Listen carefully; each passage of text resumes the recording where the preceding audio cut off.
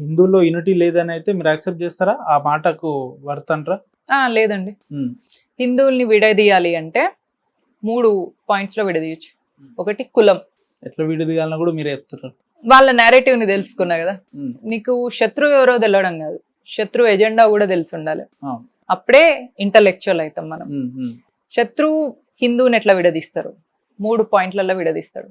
ఒకటి కులం. కమ్మ, కాపు, రెడ్డి, వెలమ, మాల, మాదిగ, బ్రాహ్మణ, వైశ్య. ఇవే నువ్వు హిందువా? కులాధారంగా హిందువుని విడదీయడం.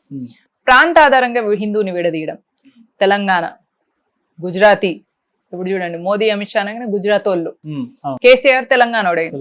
భారతదేశ పాస్పోర్ట్ గుజరాతీ పాస్పోర్ట్ అని ఉంటుందా మోదీకి ఉన్న అమిత్ షాకి? కేసీఆర్ కి ఏమైనా తెలంగాణ పాస్పోర్ట్ ఉందా? మోదీకైనా అమిత్ షాకైనా కేసీఆర్ కైనా ఒకటే కదా పాస్పోర్ట్ ఉండేది. అందరం భారతీయులం కదా. మళ్ళీ ప్రాంతం ఎక్కడి నుంచి వచ్చింది?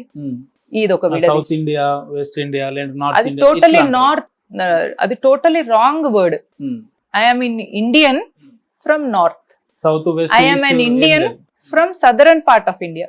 నేను భారతీయుడిని దక్షిణ ప్రాంతంలో ఉంటా, నేను భారతీయుడిని ఉత్తర ప్రాంతంలో ఉంటా. ఇట్లా మాట్లాడాలి.